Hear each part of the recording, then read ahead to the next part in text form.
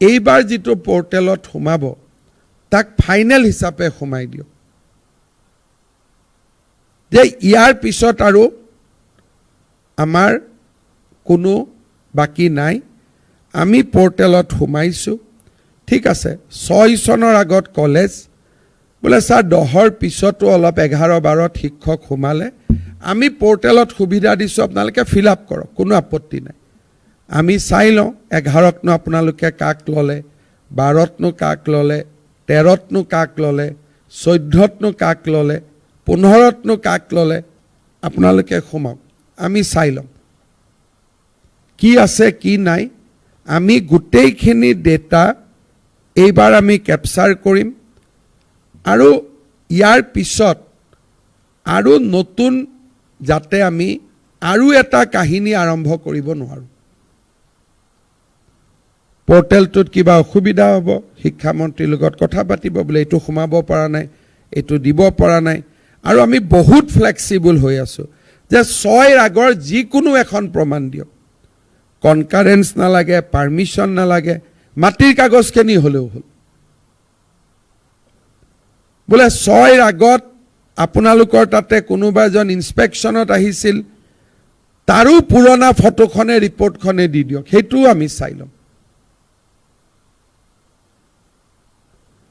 ইমানখিনি ফ্লেক্সিবল কোনো হ'ব নোৱাৰে আমি এক্সট্ৰিম ফ্লেক্সিবল হৈছো যে আপোনালোকে 6ৰ আগৰ প্ৰমাণ দিয়ক কিন্তু স্যাৰ 7ত হৈছিল 8ত হৈছিল সেই কথাটো নহব 6ৰ আগৰ যিকোনো প্ৰমাণ দিয়ক আৰু 10ৰ পিছতো যদি কোনোবা শিক্ষক কৰ্মচাৰী অধ্যাপক অধ্যাপিকা আপোনালোকে নিযুক্তি কৰিছে আপোনালোকে এপ্লাই কৰক তেওঁলোকৰ আমি মেট্ৰিকৰ সাৰ্টিফিকেট তেওঁলোকৰ আমি ডিগ্ৰী সাৰ্টিফিকেট বা তেওঁলোকৰ ব্যাকগ্ৰাউণ্ডটো আমি নিজৰ মতে আমি চেক কৰি ল'ব পাৰি যে আসলতে তেওঁলোক 11 12 13ত আহিছে নে আজি প্ৰাদেশিকৰণ হ'ব বুলি এবছৰ আগতে আমি সমুৱাই লৈছো জেনুইন মানুহখিনি বিপদ হ'ব নালাগে কিন্তু জেনুইন মানুহখিনিৰ নামত ইনজেনুইন মানুহখিনি সোমাব নালাগে সেইকাৰণে আপোনালোকে ইয়াতে গোটেইখিনি ডাটা লৈ আপোনালোকে আবেদন কৰক যি আছে পোৰ্টেলত আপোনালোকে লিখক আমি লাহে লাহে বহি আমি এই সমস্যাটো ওয়ান্স ফৰ অল আমি সমাধান কৰি দিব খুজিছো যাতে এই সমস্যাটোৱে অসমখনক সদায় কষ্ট দি নাথাকে আৰু মই আশা কৰোঁ যে আপোনালোকে কথাখিনি বুজিব খুব ধুনীয়াকৈ নিজৰ কথাখিনি লিখিব আৰু এই কথাবিলাক আপোনালোকে লিখা তথ্যখিনি আমি পৰীক্ষা কৰি যোন সঁচা অৰ্থত প্ৰাদেশিকৃত হ'ব লাগে তাক আমি প্ৰাদেশিকৰণৰ ব্যৱস্থা কৰিম আৰু আপোনালোকে আপোনালোকৰ এছ'চিয়েশ্যনৰ মেম্বাৰ সকলোকো ক'ব ঘৰত বহি এইটো আপলোড কৰিব পাৰিব দিছপুৰত অহা যোৱা কৰি থাকিব নালাগে মিটিঙত গ'লে কোনো মেমৰেণ্ডাম দিয়াৰ প্ৰয়োজন নাই আমি আপোনালোকে কথা ক'ব পৰা আপোনালোকক আমি প্লেটফৰ্ম এটা কৰি দিছো যি ক'ব লাগে ইয়াতে কওক যাতে আমি গোটেই পৰিৱেশটো এটা গম পাওঁ যোৱাকালি অজন্তা নেওক ডাঙৰীয়ানীয়ে এটা যেটো তেওঁৰ বাজেট দিছে বহুত শিক্ষক শিক্ষয়িত্ৰী থাকিব কিবা বিভিন্ন কাৰণত তেওঁলোকৰ প্ৰাদেশিকৰণ নহয়গৈ হয় সাৰ্টিফিকেট নাই কোৱালিফিকেশন নাই ষ্টুডেন্ট নাই বিভিন্ন কাৰণে তেওঁলোক কেতিয়াও নাহিবগৈ আমি তেওঁলোকৰ কাৰণেও এবাৰ এটা নতুন স্কিম আনিছো নামটো দিছো গুৰু দক্ষিণা আমি তেওঁলোকক এটা ফাইনেন্সিয়াল প্যাকেজ দিম বলে তেওঁ আসিলে কিন্তু তেওঁৰ কোনো কাগজ নাই কোনো প্ৰকাৰে তেওঁ আইনত সোমাব নোৱাৰে তেওঁলোককো আমি এবাৰ ফাইনেন্সিয়াল সাপোৰ্ট এটা দি আমি তেওঁলোককো আমি ৰাস্তা এটা উলিয়াই দিব খুজিছো যে আপোনালোকে আৰ্থিক অনুদান এটা লওক আৰু আপোনালোকে নিজৰ জীৱনটো নতুনকৈ আৰম্ভ কৰক যি কোনো প্ৰকাৰে আইনৰ ভিতৰত নাহে ৰিলেক্সেশন দিলেও নাহে বলে 11 দিলো নাহে 12 দিলো নাহে 13 দিলো নাহে 14 দিলো নাহে বোলে তেওঁলোকক থাৰ্ড পোষ্ট, বোলে ঠিক আছে থাৰ্ড পোষ্ট দিলোঁ, ফ'ৰ্থ দিলোঁ, ফিফ্থ দিলোঁ, তাৰ পিছতো 6 ওলালে। চ' যিখিনি মানুহ কোনো প্ৰকাৰে আইনৰ ভিতৰত নাহে তেওঁলোকৰ কাৰণেও এইবাৰ আমি এটা স্কিম বাজেটত লিখিছোঁ যে গুৰু দক্ষিণা আমি তেওঁলোকক এটা ওৱান টাইম ফাইনেন্সিয়েল এছিষ্টেঞ্চ এটা দিম আৰু চৰকাৰৰ আন পদত এপ্লাই কৰিলে আমি তেওঁলোকক এটা প্ৰিফাৰেঞ্চিয়েল 5 নম্বৰ 4 নম্বৰ মাৰ্কিং এটাও দিম যাতে ল'ৰা ছোৱালীখিনি ওলাই আহি বেলেগ পদত আবেদন কৰিব পাৰে।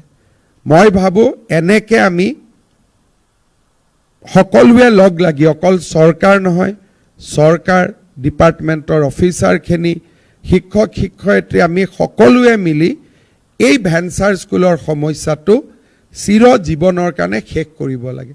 60,000 টিচাৰ এপইণ্টমেণ্ট হৈছে, চৰকাৰে ইয়াতকৈ নোৱাৰে। তথাপিতো আমি শেষ এটেম্প এটা লৈছোঁ যে যি আহে আহক, এইবাৰ আমি ইয়াক চেছ কৰিম। আৰু তাৰ পিছত আপোনালোকে আৰু এছ'চিয়েশ্যন কৰি নাথাকিব, এইটোৱে আপোনালোকৰো সমস্যাৰ সৃষ্টি কৰে। এইবাৰ এছ'চিয়েশ্যন, প্ৰাদেশিকৰণ, ভেঞ্চাৰ এই গোটেই শব্দকেইটা আমি বাদ দিব লাগিব যে আৰু এইকেইটা শব্দ অসমত নাই, যি আছে এইবাৰে আমি চেছ কৰিম। তাৰপিছত কৰ্মচাৰী পৰিষদ আছে, প্ৰাথমিক শিক্ষক সন্মিলনী আছে, এইবিলাক কৰি থাকক যি কৰ্মচাৰীৰ এছ'চিয়েশ্যন আছে। কিন্তু এখন এখন পেজ ছপাই ল'লোঁ, তাৰ পৰা কালেকশ্যন, এইবিলাকৰ ৰাস্তাবিলাকো আৰু আমি বন্ধ কৰি দিব লাগে। কাৰণ কোনো প্ৰেচিডেণ্ট ছেক্ৰেটেৰীটো নিজৰ খৰচত দিছপুৰত আহিবই নোৱাৰে। আজিকালি অহা যোৱা কৰোঁতেই ধেমাজিৰ পৰা কিমান টকা লাগে দাদা?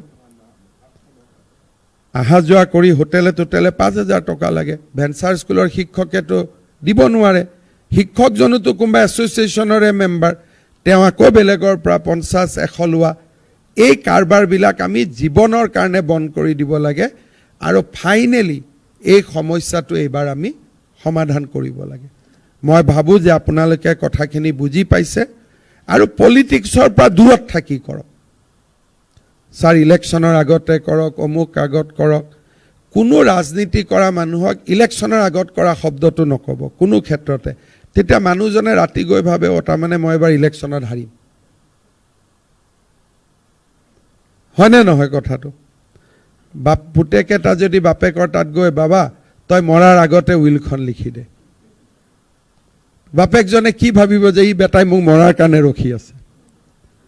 আপোনালোকৰো কিছুমানে যেতিয়া মোক লগ কৰে তেতিয়া মই মাজে মাজে ৰাতি আহি চিন্তা কৰোঁ হাৰিমে নেকি ইলেকশ্যনটো।